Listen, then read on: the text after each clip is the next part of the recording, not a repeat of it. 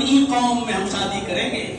ہم خان ہیں تو خان ہی چاہیے, ہم ہاشمی ہیں تو ہاشمی چاہیے, ہمارا اسٹینڈرڈ یہ ہے تو ہمیں اتنی اسٹینڈرڈ چاہیے, ہمارا معیار یہ ہے تو ہمیں اتنا ہی معیاری عورت چاہیے, لڑکی چاہیے. اس وقت حضرت عمر فاروق کے اس واقعے کو سامنے رکھنا چاہیے کہ رات میں گشت کر رہے تھے اور ایک آواز آئی رات کے اندھیرے میں, ایک عورت چیخ کر اپنی بیٹی سے کہہ رہی ہے, بیٹی رات کا اندھیرا ہے, دودھ میں پانی ملا دو.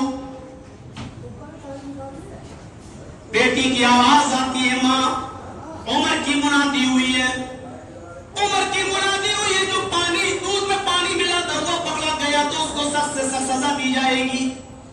ماں کے الفاظ دیکھیے, بیٹی اس وقت عمر تھوڑی دیکھ رہا ہے, پانی ملا دو تیری شادی کرنا ہے, ہمیں اسی طریقے سے پیسہ کمانا ہے. بیٹی کہتی ہے, ماں عمر نہیں دیکھ رہا ہے تو کیا ہوا, عمر کا رب تو دیکھ رہا ہے. یہی جملہ حضرت عمر فاروق نے اپنے ذہن میں بٹھا لیا. بس کہا مکان نمبر نوٹ کرو, اور صبح ماں اور بیٹی دونوں کو اپنے قاصد کے ذریعے بلا لیا. آؤ. ماں اور بیٹی دونوں آئے. اچھا دودھ میں پانی ملانے کی بات تم ہی کر رہی تھی. ماں سمجھ گئی کہ میری چوری پکڑی گئی. کہا ہاں, لیکن امیر المومنین پانی ملایا ہے. کہا وہ تو ٹھیک ہے نہیں ملایا, لیکن تمہاری بیٹی یہ ہے. جی یہی کہہ رہی تھی. کہا جی رشتہ ہوا کہیں. کہا نہیں. کہا عمر کا بیٹا خالی ہے, میں اپنے بیٹے کے ساتھ نکاح کرنا چاہتا ہوں. 22 لاکھ مربع میل پر حکومت کرنے والی شخصیت, وہ عمر جن کے بارے میں اللہ کے نبی نے کبھی کہا تھا کہ لو کان بعدی نبی لکان عمر, میرے بعد اگر کوئی نبی ہوتا تو عمر. کہہ رہے ہیں کہ میرا بیٹا خالی ہے, میں اپنے بیٹے کا پیغام دے رہا ہوں تیری بیٹی کے نکاح کے لیے.